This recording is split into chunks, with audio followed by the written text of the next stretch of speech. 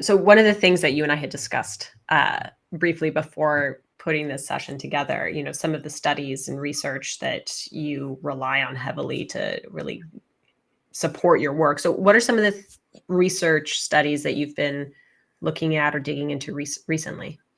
So most recently, I've been looking at performance data and studies around that. And there was a report that just came out that was the B2B sales benchmarks report that was put out by Pavilion.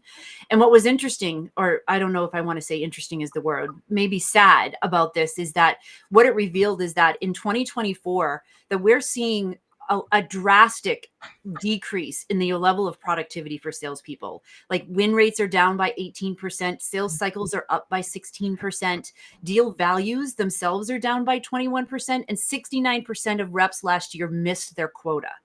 And 44% of deals slipped, like they either slipped or pushed or they went into no decision. Gartner's research is showing like 60 to 80% of deals are resulting in no decision. And despite the fact that we're spending $50 billion a year in technology and we're seeing these kinds of results still, there's other factors, of course, that are at play here. There's, what's happening in our economy and business uncertainties and things like that. But this was for 2024. This isn't from right now. And as I look at that, and I also then think about, like you had just said, there's those that think that we can replace the human experience or the human interaction with technology. I don't think that's necessarily the case, because the research that I have found is that people want a human being to be able to help them to make that decision, to feel confident and comfortable in the decisions that they're making. And so what's happening and what I see happening is that technology is creating more decision stalls, no decisions, staying with the status quo, because there's so much information that's being thrown at us and our buyers that we're overwhelmed with that information. And then on top of that is the uncertainty that these solutions are going to provide for us. And then the big thing is, does everyone in the organization even agree on what the problem and the solutions are? And instead of technology making that easier, based on this data and what I'm seeing happening in everyday sales conversations, is making it worse. And so we really need to be focused on what is the human connection that we can make. And in my book, I did a lot of research to understand what is it that buyers want today. And what I found is that what buyers really want from a salesperson today is they don't want a pitch. They don't want a product and a feature dump. They certainly don't need any more information. There's plenty of that out there. But what they do want is someone who's listening to them, who understands them and their world, that can collaborate with them to come up with different ideas and insights and perspectives on the solutions and the problems that they have.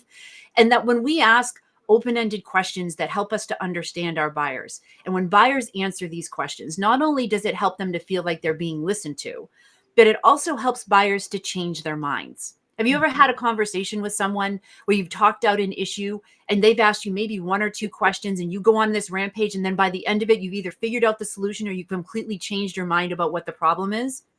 All they did was let you talk. It's like therapy. Yeah, right. Totally. And that's what buyers are demanding today. And so as much as we rely on technology, I think that we also need to remember that we're not comfortable yet with machines making big decisions for us. We want a human being to tell us we're making the right decision, to work it out with us, to understand where we're at, and to say, yes, this is how this is specifically going to help you to solve this specific issue in a quantifiable and credible way, versus another generic pitch or generalized statement about what it is that they can do for them. Right. Yeah, that's fascinating. I think, this idea that humans have, right? Because I think a lot of people are familiar with this concept now, but salespeople almost used to be the information. Like you had to get, you needed a salesperson to give you the information, right? And now that's very much changed. The information is out there, and so the salesperson becomes that guide or the person who's going to help you navigate through this information and make that decision, as you said. Yeah. Right. And that really requires a deep level of trust and rapport. To really feel like it's not even a matter of information anymore. It's help me make sense of the information. Help me put a framework around how I'm going to make this decision, because there's I recently have gone through the process of trying to find a new accountant and bookkeeper. And I can't tell you how many people I talked to that had various pricing ranges and solution options that I was like, someone just tell me who the right people are to talk to. And so I ended up turning to someone who sent me a referral, which is how I found the person that I was looking for. despite the many searches that I did online and every other information article that I tried. I'm like, I don't have time to be an expert in this. I just need someone that I know that I can trust that's going to guide me through it. Yeah, that's so fun. That's very much like the personal referral. You have a relationship with this friend, this person in your network. They use whoever they use, and like that's like such direct line selling almost. I feel like we did it with our daycare, we did it with where we live. Like there's so many options out there that it's paralyzing to actually do diligent research from like a macro perspective, right? Yeah. Which So isn't it ironic? Like we talk about all of these advances that we have in technology, yeah, yet we still are using the age-old, yeah. who do you know that you trust?